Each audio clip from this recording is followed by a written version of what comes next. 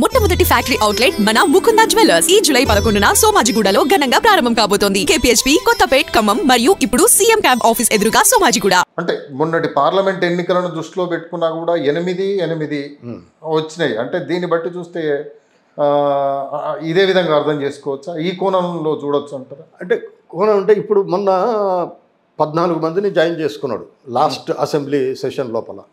మీరు చూసినట్లయితే ఒకరికి టికెట్ ఇవ్వట్లేదు, 13 మందికి టికెట్ ఇచ్చాడు. 13 మందిలో గెలిచింది ఎవరు? ఇద్దరే.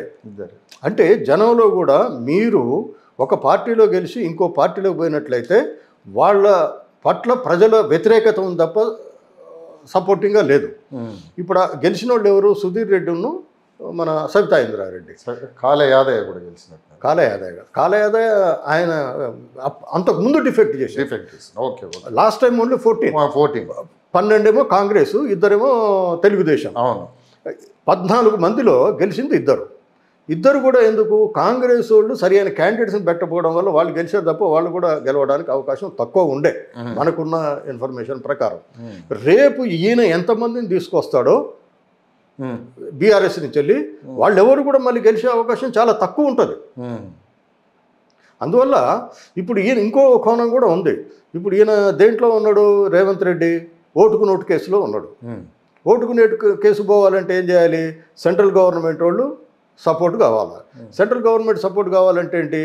చంద్రబాబు ఇప్పుడు సెంట్రల్ గవర్నమెంట్ తోటి సరిగ్గా ఉన్నాడు కాబట్టి ఆయన ద్వారా ఏదైనా రాజకీయాలలో తెర వెనుక జరిగేవి అన్ని ప్రజలకు తెలియాలంటే చాలా కష్టమైన పని.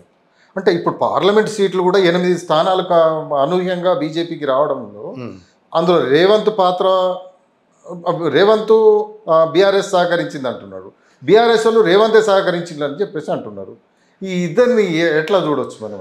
ఒకటి, అసెంబ్లీ ఎలక్షన్ల తర్వాత ఈ కేసీఆర్ ఏదైతే స్టేట్మెంట్లు ఇస్తూ వచ్చాడో మేము చాలా చేసాము, ప్రజలు చాలా తప్పు చేశారు అనే దాంట్లో చాలా రాంగ్ మెసేజ్ పోయింది ప్రజలకి. అరే వీడు ఇట్లా మాట్లాడుతుండే ప్రజలకు వచ్చేసింది, వీడిని ఇంకోసారి చూద్దాం అన్నట్టుగా ఉంది.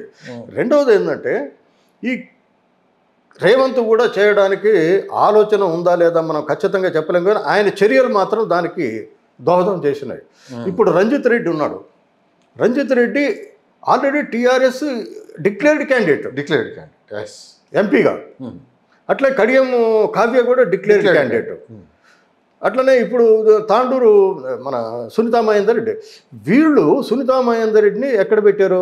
మల్కాజిగిరిలో పెట్టారు. మల్కాజిగిరిలో పెడితే వాళ్ళకి అక్కడికి సంబంధం లేదు. ఇక్కడ రంజిత్ రెడ్డి నిన్నటిదాకా అపోజిషన్లో ఉన్నవాళ్ళు ఈ కాంగ్రెస్ పార్టీలో ఉన్న శ్రేణులు ఏవైతే ఉన్నాయో వాళ్ళు ఉత్సాహంగా పనిచేయలే. వాళ్ళ ఎంబడి రంజిత్ రెడ్డి ఎంబడి టీఆర్ఎస్ వాళ్ళు రాలే కాబట్టి ఓడిపోయాడు. కాకపోతే ఒక్కొక్క కడియం కావ్య ఇప్పుడు దానం నాగేందర్ ఉన్నాడు. ఇది వెల్ నోను. ఏది ల్యాండ్ గ్రాబింగ్ అనుకోండి, ఏదన్నా అనుకోండి, నోన్ క్యాండిడేట్ నువ్వు తీసుకొచ్చి అక్కడ పెట్టినామంటే వాళ్ళకి కిషన్ రెడ్డిని గెలిపించడానికనే అనుకుంటున్నారు జనం అనుకునేది ఏంటంటే నిజంగానే కాంగ్రెస్ ఒరిజినల్గా ఎవడన్నా ఉంటే తప్పకుండా నేను అనుకుంటే సికింద్రాబాద్ ఈసారి కిషన్ రెడ్డి ఓడిపోతాడు అనేది వైడ్గా ప్రచారం, చాలా మంది ప్రచారం కూడా చేశారు.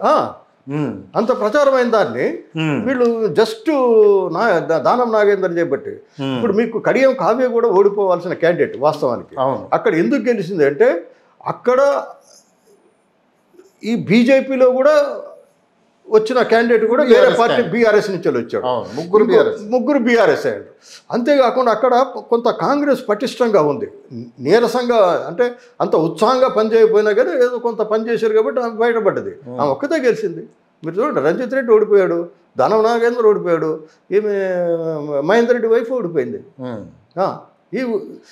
ఇప్పుడు ఏమంటున్నాడు? అంత బలమైన క్యాండిడేట్స్ లేక ఓడిపోయారు అంటాడు.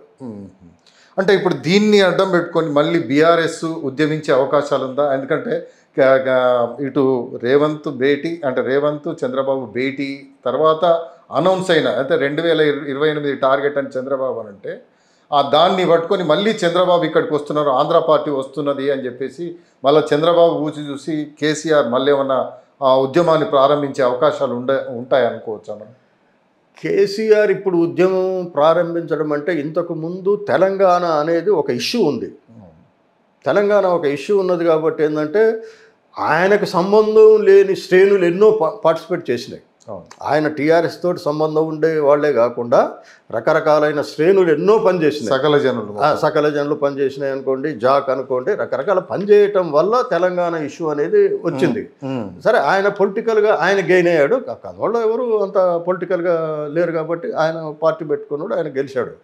రెండోది, ఒకవేళ బీజేపీ ఇప్పుడు ఈయన తెలుగుదేశం ఎవరైతే ఉన్నారో తెలుగుదేశము బీజేపీ తోటి అలయన్స్ ఉన్నన్ని రోజులు కాంగ్రెస్ కలిసే అవకాశం ఉండదు. ఒకవేళ ఇదే కేసీఆర్ బీజేపీ తోటి పోకుండా ఇండిపెండెంట్గా ఉన్నట్లయితే ఒకవేళ తెలుగుదేశము బీజేపీ ఇక్కడ అలయన్స్ అయి పోటీ చేసే అవకాశం ఉంటుంది.